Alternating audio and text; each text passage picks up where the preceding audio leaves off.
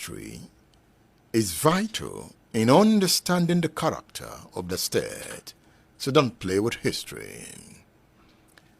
The renowned scholar and author of the book The End of History, I'm talking about Francis Fukuyama. He is also the author of the book The Origin of Political Power.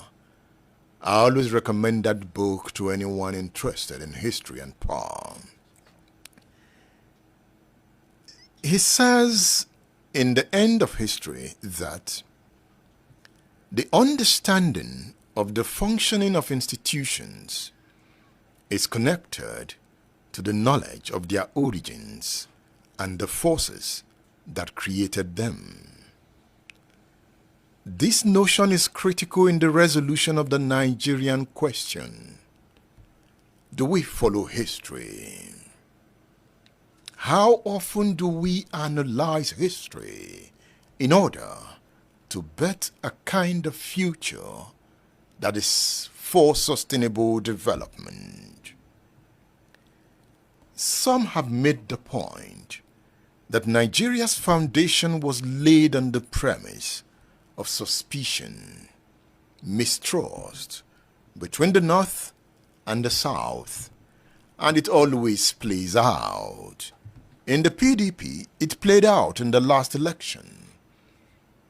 Some Southern political leaders disagreed with Atiku Abubakar becoming the presidential candidate of the party.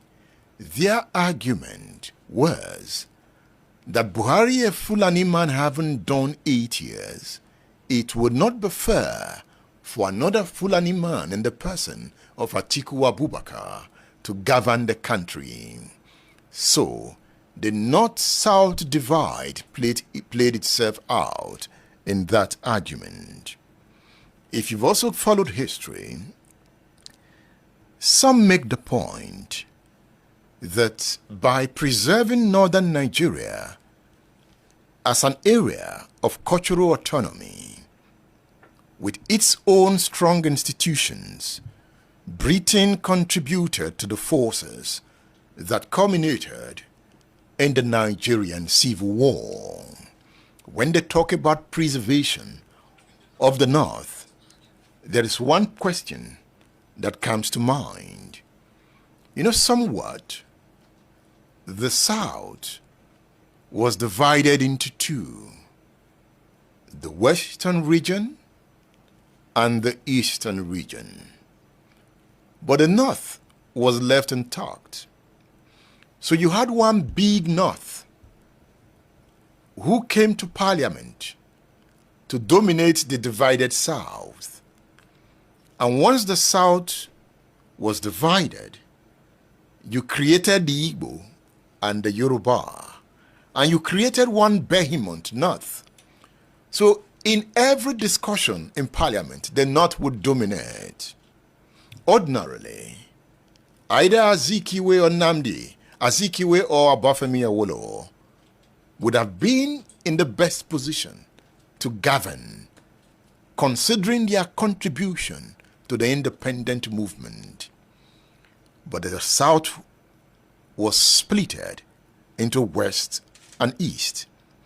To even add insult to injury, the Midwest was created from the West, thus dividing the South further and leaving one North.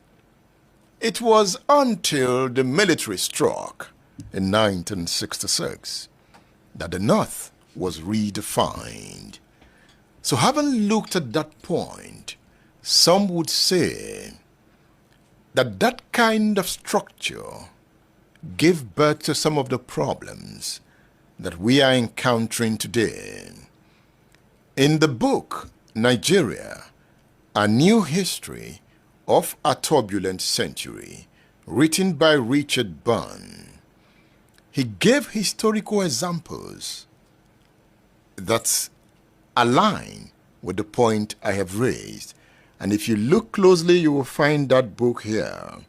Richard Byrne, there's the book. Yes, you'll find it there. I am raising questions about the Nigerian question. Another argument is that the British had no choice but to maintain the North's decisive numerical advantage, as it was the sole defense against political and economic domination by the South. Did you get that argument? The British felt that the North was already disadvantaged in terms of natural resources and human resources. The South was already more educated. The South had oil. Awolowo was already generating millions from cocoa. So if you gave power to the South, that would be total dominance of the North. So the British wanted to create a balance. And they said, let's have a big North.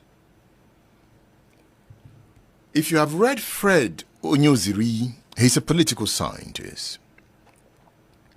He makes the point that one consequence of this British protection of the North is that the whole nation never benefited from a fuller social integration of the major sections of the country.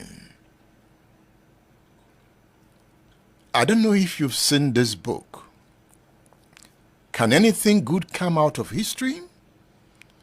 Written by that renowned late Nigerian historian, Obaro Ekime.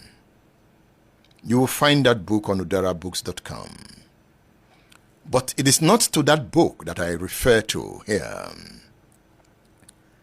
To Obaro Ekime, in one of his articles, it says the 1939 British action that conferred on the North a favored status that was reflected in the independent constitution made the East and the West to become fierce competitors in national politics, a situation that the North exploited to a great advantage in the politics of decolonization. You know, one of the crises in the Western region was the plot by the North to exploit the rift between Ladoke Akintola and the Bafemi Awolowo. Ahmadu Bello and Tafawa Balewa were bent on ensuring that Awolowo was skimmed out of power in the Western region. The consequences was Operation Wettier, when thousands were killed, many were burnt alive in Yoruba land. The largest consequence was the first military coup on the 15th of January, 1966. And after that coup, there was a counter coup in July 1966.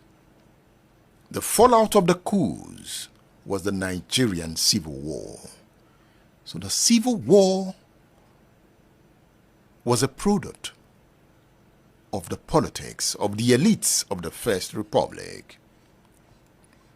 Are you with me?